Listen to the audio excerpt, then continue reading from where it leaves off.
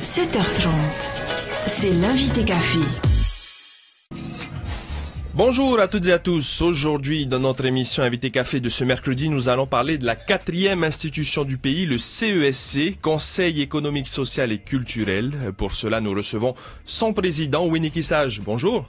Hey Yorana, merci pour l'invitation. Alors avec vous, nous allons parler de votre mandat de président qui doit bientôt s'achever, mais commençons d'abord par cette fameuse délibération proposée par le gouvernement et qui prévoit de modifier la composition du CESC. Ça se fait tous les 4 ans.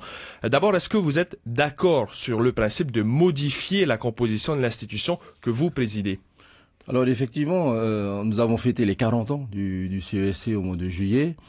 Et la réflexion qu'a le gouvernement de vouloir rénover et lui donner un autre profil est tout à fait légitime. De toute façon, tous les 4 ans, il y a des modifications des membres. L'objectif, c'est qu'effectivement, le CESC représente la société civile avec les changements qu'il y a. Il y a 4 ans, il y a 8 ans, il y a 10 ans, la société civile se penchait sur des problématiques qui sont différentes que celles qu'on a aujourd'hui.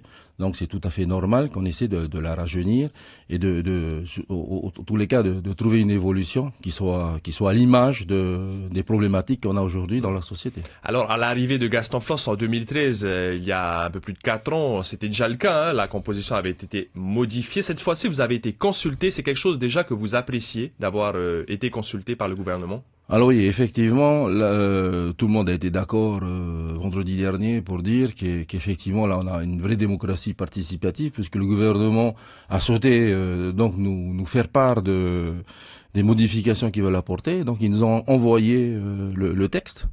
Alors ça n'a pas été facile puisque ce texte prévoit la suppression de certains membres, la disparition de certains membres, l'évolution de certains qui voient le nombre de membres réduit. C'est en fait la création d'un 4e collège qui réduirait le nombre de sièges pour les 3 autres collèges. Voilà. Alors quand on fait l'historique, et d'ailleurs c'est de notre rapport, quand on fait l'historique, il y a quelques années, il y avait aussi déjà un 4e collège qui existait. En métropole, certains conseils économiques, il y en a 19 pour le rappeler, sur la France, ont également un 4e collège qui souvent est composé de personnes qualifiées. Ces personnes qualifiées, c'est des personnes qui sont nommées directement par le gouvernement. C'est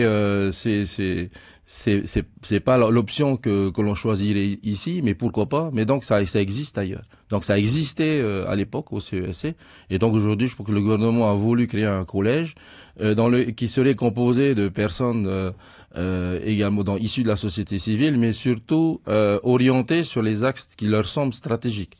Donc l'idée est intéressante. Et bon, donc vous seriez favorable à la création de ce 4e collège qui est celui du développement. Juste pour un petit récapitulatif, il y a le collège des salariés, le collège des entrepreneurs et le collège des travailleurs indépendants et de la vie collective. Ce 4e collège de développement viendrait avoir 12 sièges et beaucoup en perdraient. Ça fait jaser du côté des syndicats notamment.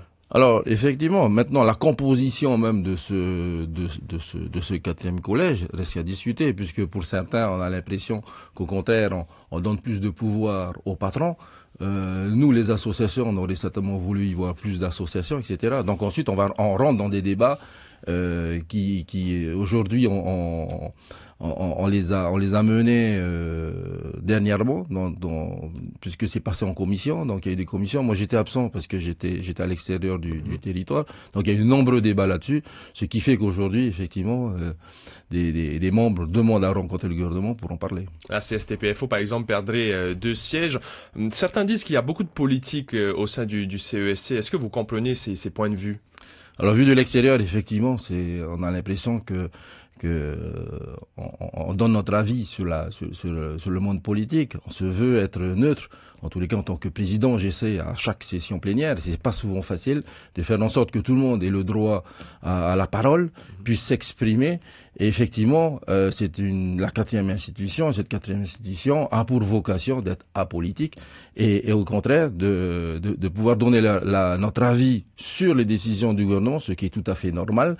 Ensuite, où est la frontière entre dire ce qui est bien ou ce qui n'est pas bien par rapport à ce que propose le gouvernement et faire la politique, souvent c'est un peu difficile. La frontière est quelquefois un peu difficile à obtenir. Et vu de l'extérieur, certains ont l'impression, On a l'impression que c'est des actions politiques, mais je pense que l'institution réussit à garder à rester dans les clous et à mener ses actions. Il y a quand même des tiraillements quand même. Alors il y a effectivement des tiraillements.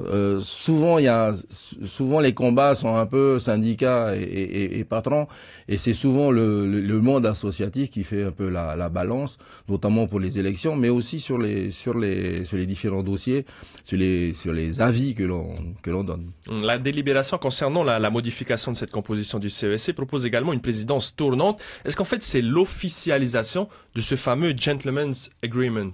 Alors, ce qu'on a fait, l'année dernière, on a lancé une réflexion en interne, puisque tout le monde était d'accord pour dire qu'il faut certainement essayer de revoir un peu notre fonctionnement interne.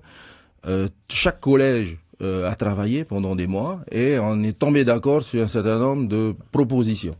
Parmi lesquelles il y avait, par exemple, l'extension du mandat. Aujourd'hui, il y en a 4 ans. Ailleurs, ils sont à 5 ans. Certains sont à plus. Il y en a qui veulent 6 ans. Il y en a qui veulent 6 ans. On a tous demandé ce qui est 6 ans. Et dans la mesure où on était à 6 ans, c'était intéressant de dire, alors que le bureau et la présidence étaient figés tous les 2 ans, à chaque collège.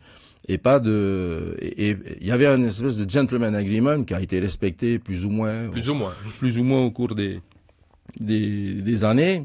Le gouvernement propose aujourd'hui la création d'un 4e collège et figé le fait que la présidence est tournante sur chaque collège. Alors le mandat de 4 ans va s'achever ce vendredi à minuit. Est-ce qu'on va être dans une situation de blocage? Comment ça va se passer rapidement? Vous allez continuer à représenter l'institution pour les affaires courantes, c'est bien ça? Voilà, donc la procédure, le process, c'est qu'en principe 3 mois avant l'échéance, on aurait dû effectivement avoir la nouvelle liste et procéder au renouvellement.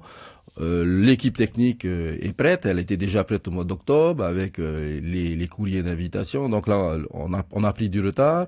Cette liste doit être validée donc par le gouvernement. Ils vont peut-être modifier encore avec ce qui s'est passé.